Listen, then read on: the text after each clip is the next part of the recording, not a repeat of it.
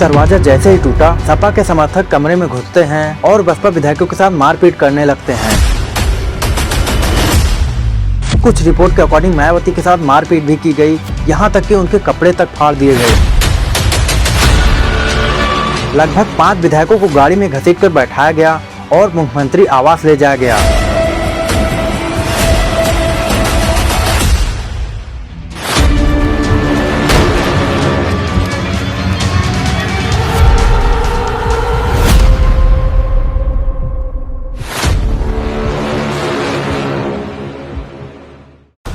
2 जून 1995 की घटना को मेरा समाज बिल्कुल नहीं भूल सकता। मेरे पर जानलेवा हमला मुलायम सिंह यादव को 2 जून 1995 की घटना को लेकर हम कभी माफ नहीं कर सकते और इसको सजा 2 जून 1995 की जरूर मिले।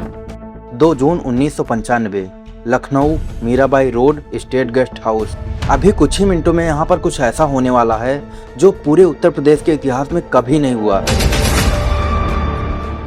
अब ये हादसा बस एक रात की कहानी नहीं है, इसके लिए हमें 3 साल पीछे आना होगा। साल 1991। इस टाइम पर उत्तर प्रदेश में विधानसभा का चुनाव था। इसी टाइम पर जोरों से राम जन्मभूमि का आंदोलन चल रहा था और इसी के चलते बीजेपी ने 1991 के विधानसभा चुनाव में 425 में से 221 सीटें जीती और पहली बार उत्तर प्रदेश में बीजेपी ने पूर्ण बहुमत की सरकार बनाई, जिसके सीएम बनते हैं कल्याण सिंह। बीजेपी गवर्नमेंट बनने के बाद भी राम मंदिर आंदोलन चलता रहा और फिर दिन आता है 6 दिसंबर 1992।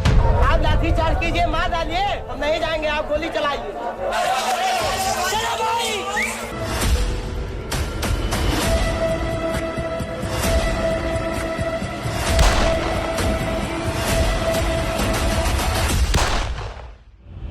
6 दिसंबर 1992 को बाबरी मस्जिद कार सेवकों द्वारा ध्वस्त कर दी गई और उसी दिन ये न्यूज पूरे देश में आग की तरह फैल गई। पूरे देश भर में जगह जगह पर दंगे होने लगे और गवर्नमेंट के ऊपर प्रेशर बढ़ता चला गया, जिसे कंट्रोल करने के लिए उस टाइम के कांग्रेस प्रधानमंत्री पीवी नरसिम्हा राव ने भाजपा शासित 4 प्रदेशों की सरकारों को बर्खास्त कर दिया। उत्तर प्रदेश में कल्याण सिंह, मध्य प्रदेश में सुंदरलाल, राजस्थान में भैरव सिंह शेखावत, हिमाचल प्रदेश में शांता कुमार, इन सब को मुख्यमंत्री के पद से हटा दिया गया और वहाँ पर राष्ट्रपति शासन लागू कर दिया गया। अब आता है नवंबर 1993। लगभग 1 साल बाद यूपी में नए चुनाव का ऐलान होता है, लेकिन अभी भी बीजेपी की लहर पूरे उत्तर प्रदेश में बनी थी और इस लहर को रोकने के लिए बिल्कुल अलग विचारधारा के 2 बड़े नेता मुलायम सिंह यादव और काशीराम साथ आते हैं और भाजपा की इस लहर को रोकने के लिए सपा बसपा गठबंधन होता है।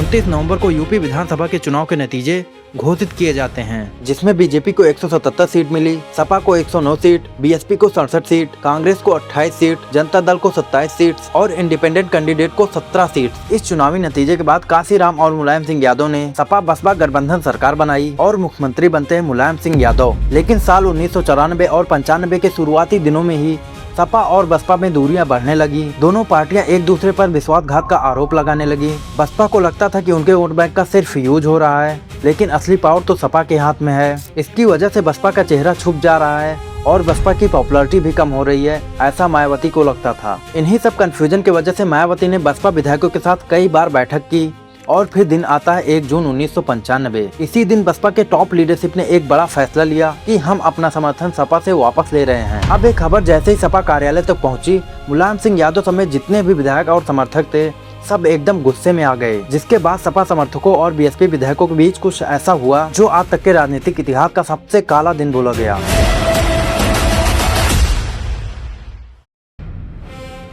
2 जून 1995 को शाम के वक्त मीराबाई रोड पर स्थित सरकारी गेस्ट हाउस में बसपा के नेता मायावती अपने विधायकों के साथ मीटिंग कर रही थी और इस मीटिंग का मुद्दा था कि सपा से सपोर्ट वापस लेने के बाद आगे की राजनीति कैसे होगी। मीटिंग चल रही थी, सब अपना अपना ओपिनियन दे रहे थे, लेकिन इस रूम में जितने भी लोग बैठे हैं इनमें से किसी को भी थोड़ा सा अंदाजा भी नहीं है कि अभी कुछ ही मिनटों में इनके साथ क्या होने वाला है। मीटिंग शुरू होने के कुछ ही देर बाद सपा के कार्यकर्ताओं की भीड़ गेस्ट हाउस पहुंच जाती है और पहुंचते ही वहां पर तोड़फोड़ शुरू करते हुए अंदर घुस जाते हैं।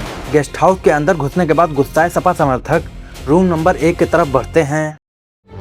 अब तक एक खबर मायावती को लग चुकी थी और सपा समर्थकों से बचने के लिए बसपा के विधायकों ने दरवाजे को अंदर से बंद कर लिया और दरवाजे को टूटने से बचाने के लिए बसपा विधायकों ने दरवाजे पर कुर्सी में सोफा सब कुछ लगा दिया था। लेकिन बाहर से सपा के समर्थक दरवाजे को कुल्हाड़ी और पैरों से मार मार कर तोड़ने की कोशिश कर रहे थे और दरवाजा जैसे ही टूटा सपा के समर्थक कमरे में घुसते हैं और बसपा विधायकों के साथ मारपीट करने लगते हैं। मायावती को जाति सूचक और अपमानजनक गालियां देने लगते हैं और कुछ रिपोर्ट के अकॉर्डिंग मायावती के साथ मारपीट भी की गई, यहाँ तक कि उनके कपड़े तक फाड़ दिए गए। इतना सब कुछ करने के बावजूद भी सपा समर्थक यहीं नहीं रुके।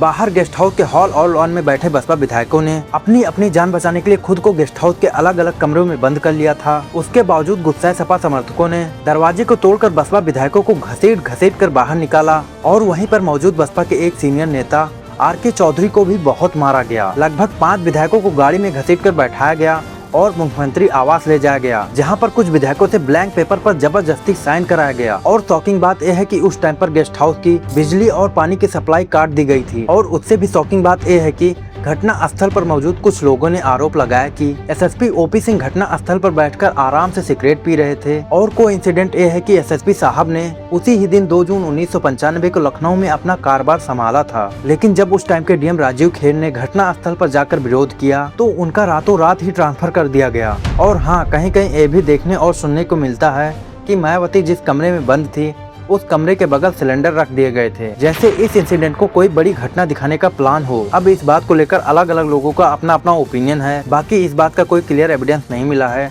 तो बढ़ते हैं अपने स्टोरी पर। जब ये सब कांड गेस्ट हाउस में हो रहा था तब किसी ने कॉल करके बीजेपी के नेता ब्रह्मदत्त द्विवेदी को इन सब घटनाक्रम के बारे में बताया। और ब्रह्मदत्त द्विवेदी का घर गेस्ट हाउस के करीब में ही था। इसी के साथ वे RSS के पुराने संघ सेवक भी थे और लाठी चलाना बहुत अच्छे से जानते थे, जो आगे चलकर मायावती को बाहर निकालने में मदद करते हैं। ब्रह्मदत्त द्विवेदी के बेटे सुनील दत्त के अकॉर्डिंग ब्रह्मदत्त जी गेस्ट हाउस की दीवार फांदकर अंदर गए, जबकि उनकी जान को खतरा भी था और गेस्ट हाउस में अंधेरा भी था। अंदर में सपा के कार्यकर्ता मारपीट कर रहे थे और उसी बीच ब्रह्मदत्त द्विवेदी जी मायावती और सपा कार्यकर्ताओं के बीच में दीवार बनकर खड़े हो गए और सपा कार्यकर्ताओं को अपनी लाठी की मदद से पीछे हटने पर मजबूर कर देते हैं। और जब उन्होंने मायावती जी के कपड़े फटे हुए देखे तो उन्होंने अपनी साल मायावती जी को दे दिया ताकि उनकी मर्यादा बची रहे। इतना सब करने के बाद किसी तरह ब्रह्मदत्त द्विवेदी जी मायावती जी को बाहर निकालने में कामयाब हो गए। और ब्रह्मदत्त द्विवेदी के बेटे सुनील दत्त ने एक इंटरव्यू में कहा कि कमरे में सपा के गुंडे सिलेंडर और पाइप बिछा रखे थे। सिर्फ कमरे में एक माचिस की तीली की जरूरत थी और मायावती के साथ साथ कई सारे लोग मारे जाते। जब उस भयानक घटना से बचकर मायावती काशीराम से मिलती हैं तो काशीराम मायावती के सामने एक प्रस्ताव रखते हैं और मायावती से पूछा, कैसा हो अगर तुम्हें यूपी का CM बना दिया जाए।